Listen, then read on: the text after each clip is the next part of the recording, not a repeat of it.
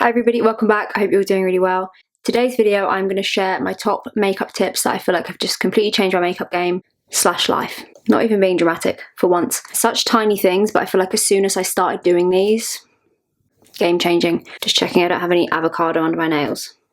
No, we're good. So easy to do your makeup the same way all the time, same routines, same products, same techniques. I'm very guilty of doing that, and I feel like these are tiny little changes that make literally the world of difference. So without further ado, let's get into it. First thing, and an often very overlooked thing, is the products that you're putting underneath your makeup, and also the time between doing your skincare and doing your makeup. Today I did my skincare about 20 minutes ago, and I feel like my skin is at the perfect point that it's like ready for makeup. Everything's soaked in, but the products are still there. I find when I'm really rushing to do my makeup and I chuck the skincare on and then the makeup, that's when sometimes things start pilling, separating, it just all goes a bit AWOL. I think that's a really big thing, giving your skin prep enough time to actually work its magic and soak into your skin. Second thing, primers. I've got two here because your skin is not the same on the whole of your face. Different parts need different things. So the center of my face, as most people's do, gets a little bit oilier. This is usually where our skin can be a bit thinner. Sometimes you have slightly open pores here. So something like the Pat McGrath Skin Fetish Primer there is perfect. But the rest of my face, I don't really need to do like a silicone primer all over. Again, that's kind of when I feel like products here can roll a little bit. So something like the Vive Skin Nova Primer is perfect for me for the rest of my face. Targeted primers, targeted products for different areas of the face. If you seriously want to get the best out of your face and the absolute perfect base, this is game changing. I know it feels like more products than you need technically, but trust me, just trust me. Start with the Pat McGrath Skin Fetish. I used this in my last video, my bridesmaid makeup. It's a bit more of a silicone-y kind of primer without being like a horrible, really thick one. It's almost like a hybrid of a moisturizer and a primer. So I find this works really nicely through the center of my face. It does get a little bit tackier. It dries down slightly stickier. It doesn't have any glow in it. This is very much for smoothing the skin and keeping your makeup in place. I find this area here, the middle of my forehead, are probably the most textured parts of my skin. A slightly more smoothing, blurring primer is just perfect for there, but I don't necessarily need it all over. It also actually helps you get the most out of your products. I think a lot of the time people are wasting product and applying way more than they need and in places they don't need, because I kind of do that sometimes. And do a little bit on my chin as well, just because I have got this whopping great spot right now. As this starts to dry down, it goes a little bit more tacky, which basically means it's made to grip your makeup to it. Then around the rest of the face, to add a little bit of glow back in, I'm going to take the Vive Skin Nova. This is the best primer ever. Oh my god, no, it can't be. It can't be the day. Okay, there's a bit left. I apply this to the rest of my face. I'm not necessarily worried if it comes into that area we've just primed. I feel like it's already kind of blurred my skin underneath, but this just gives the most beautiful glow. Even if you don't want to put base makeup on, primers are so good for just adjusting your skin slightly. Like, that's kind of mattified the center of my face and given me a glow everywhere else. So even if I didn't want to put makeup on top of this, I feel like my skin already looks better than it did to begin with. Okay, next thing, this is something that I say all the time. You do not need coverage all over your face. You don't need to mask a foundation on unless you want to, of course, if you want to go full glam. I think a mistake a lot of people make, and I was doing this for such a long time, is just covering my face in foundation without actually being intentional. I think most of these tips are about being intentional with your makeup, doing things for a reason, not just because it's what you do, you know? So I'm going to take the Makeup Forever Super Boost. This is a really sheer skin tint. I absolutely love this. This is so beautiful. It's got this little like accordion packaging. It's quite cute. I'm going to start with something like this and then build coverage up rather than masking my whole face in a really high coverage product. I'm just going to take a little brush and buff that in. This product feels very skincare makeup hybrid to me. It literally just feels like a moisturizer. I dyed my eyelashes the other day for the first time in like forever, and look at them. I didn't even know I had that many eyelashes. I love how sheer this is. If you're into your really sheer proper skin tints, you would love this. Now we've just got a really sheer even layer all over the skin. It's taken the skin up slightly, lightly covered a few blemishes, but you can still see my skin through it.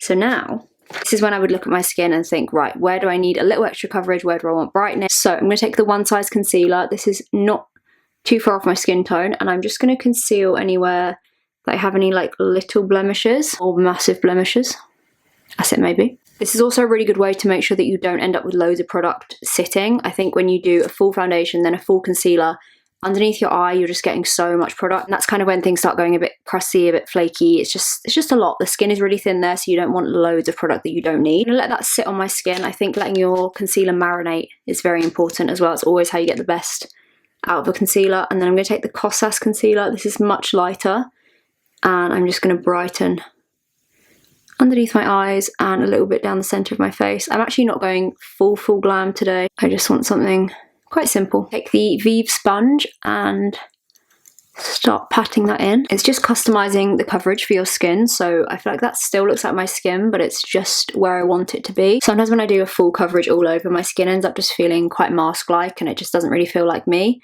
Obviously, if you really love your full coverage, you know what you're doing. Yeah, if you feel like your makeup just feels too heavy sometimes, it doesn't feel like your skin, I think this makes a massive difference. Just patting that underneath my eyes. Again, another thing that I always say is do not overblend, especially if you want that full coverage.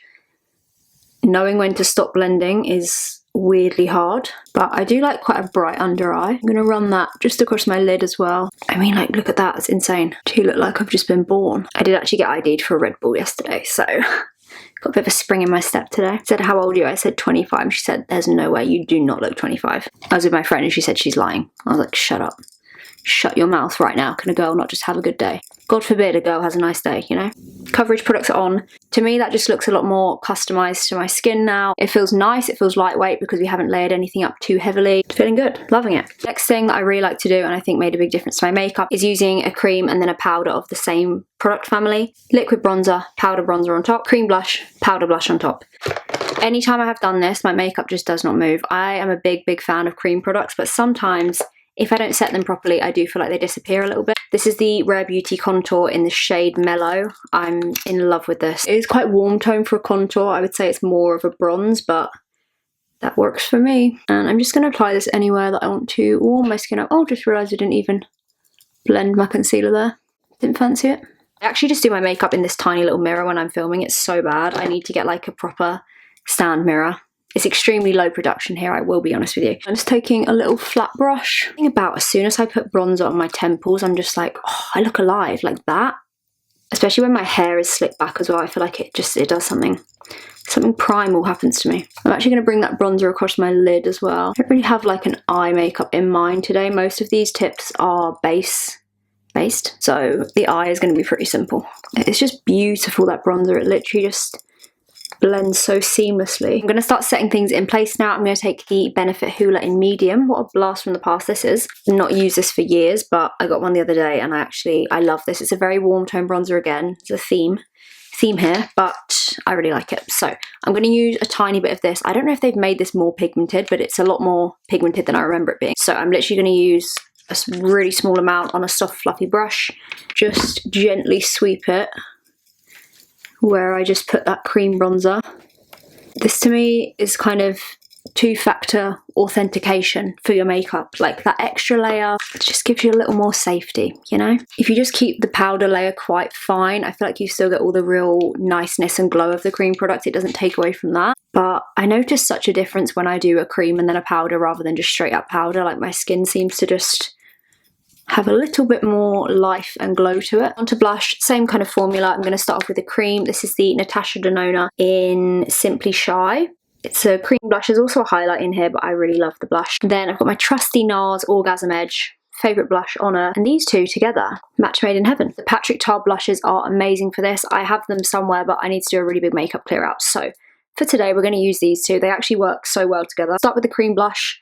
I love this. It's like my perfect springy corally shade. If you love Katie Jane Hughes as much as I do, you will have seen her do this a million times, but she kind of primes her brush, especially with cream blushes, especially pigmented ones. I always feel like this works so nicely because you don't get that like shock when it first goes on. So just kind of patting the excess off on here.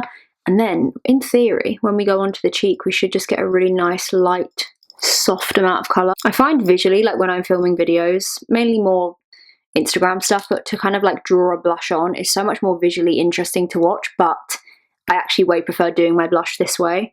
I feel like I just get the right amount of product. Another thing I think is just being like intentional with placement. I think quite often we don't really know why we're putting things where we're putting them. So with blush, I feel like the placement can just change the look so much. A much higher blush gives you that real like snatched, quite editorial look. If you bring it a little bit more onto the apples of your cheeks, it's that very youthful, sun-kissed kind of look. I'm going to bring a little bit across my nose, again, gives you that real summery, fresh skin that I love so much. And back in with that sponge, just whatever's left on there. Just going to brighten underneath my eyes. I do tend to get a little bit blush happy. And setting that in place with the NARS blush. This is just the most perfect blush shade on earth.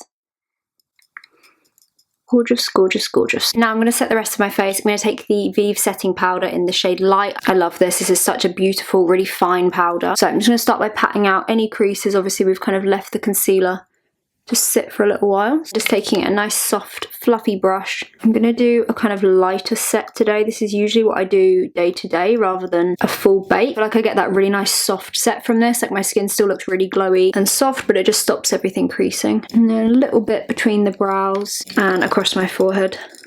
And a bit on the chin, mainly just through the T-zone. Obviously we've already got powder on the cheeks from the bronzer and the blush, so this is more just to set that last bit of concealer. I really hope you cannot hear angle grinding. For some reason, everyone on my road seems to have just got an angle grinder. They're obsessed with it every hour of the day. Hopefully you can't hear that. I'm going to talk a bit louder. Okay, base is on. I'm loving how that looks. Very lightweight, very much my skin, but better. Very happy with it. I feel like it's looking very nice. It's still really glowy. I feel like the glow of those cream products are still really coming through. Skin is pretty much done, so I'm just going to run a bit of that Hoola bronzer across my eyelids. This is another little makeup hack that I love. It's so simple. This is my very lazy eye look when I just can't be bothered to do anything, but as soon as you do that, it just brings everything together, marries the cheek and eye together. I'm also going to do a similar thing with the blush and the lip. I think it always looks really intentional having like a bronzy eye with a bronzy skin. Minimal effort, maximum outcome, which is my life mantra. That would be the name of my autobiography.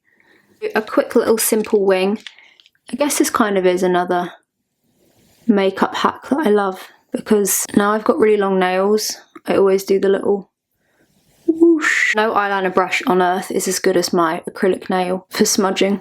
This is also my favourite brown eyeliner. This is the Charlotte Tilbury Classic Brown. It's getting a little bit short now. It's just so good. The tone is perfect. It's not too warm of a brown. It still feels softer than black. Oh, okay, very simple, but I always feel like when I do that, it makes my lashes look a lot thicker. The mascara, I got this one a few days ago, used it yesterday for the first time, and I am pleasantly surprised by it. This is the Max Factor False Lash Effect Supreme Recharge, whatever that means. It's quite a thin, kind of spiky brush. Not really a shape that I usually like, but I mean, look at that. What? It is really black as well, which I like. It's probably a little bit too fresh for me at the moment. It's a bit too wet. But I know as soon as this dries out a little bit, I'm just gonna love it. I don't think I've actually used any Max Factor mascara. It's bloody good. Reminds me a bit of the Lancome Lash Idol, which I just love so much. That real lengthening, but also volume at the same time. How does it do it? It's like one coat.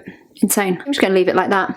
Nice and simple. This is kind of like an everyday sort of makeup for me. Okay, last but not least, lips. Another thing that I didn't actually plan to say, but it seems so simple, but it's actually not, because I wasn't doing this for a long time. Putting lip balm on at the start of doing your makeup or with your skincare. I've started doing it when I do my skincare. I'll put the Vive Bounce Balm on. By the time I come to do my lips, like, just feel really nice, and I feel like it does make a big difference to how my lipstick sits on top of it. My lip liner sits nicer. So I'm going to take the Vive lip liner in the shade Bar. I'm going to go quite a brown lip today, just to match with the eyes, and line my lips with that. Love that liner, so nice. Very classic sort of 90s brown. As soon as you do a similar tone to the eyes, it just all comes together. And then I'm going to take a little bit of that cream blush and just pat that on the centre of my lip. Just makes so much sense when you match the blush to the lip. Just a level of like facial harmony about it. Like, that looks like a look now to me. Everything looks intentional. The eye and the lip look good together. The blush and the lip look good together. It's such a little thing, but I know as soon as I do that, I'm just like, okay. That's a look. Finish off with the Vive Invisiveil setting spray. Love this to death. And there we go. That is the finished makeup. This makeup feels very like me. This is my kind of everyday when I want to make a little bit more effort. Very soft glam. I hope you enjoyed this video. I hope you find some of the tips helpful. They're really tiny little things, but I do feel like they made the biggest difference to how I do my makeup and just how I view doing my makeup and why I'm doing my makeup. I think a lot of the time we just do it because we've seen other people do it, and what works for one person doesn't necessarily work for us. Everybody's faces are different shapes, everybody likes different things. I think finding a look that feels very like you, like this feels like me, this feels like my face, this feels like my makeup, it doesn't feel like I've got a mask on, it just feels like me, but slight improvement. As always, all the products that I've used will be linked in the description box down below. I hope you have a lovely rest of the day wherever you are, and I will see you very soon. Love you.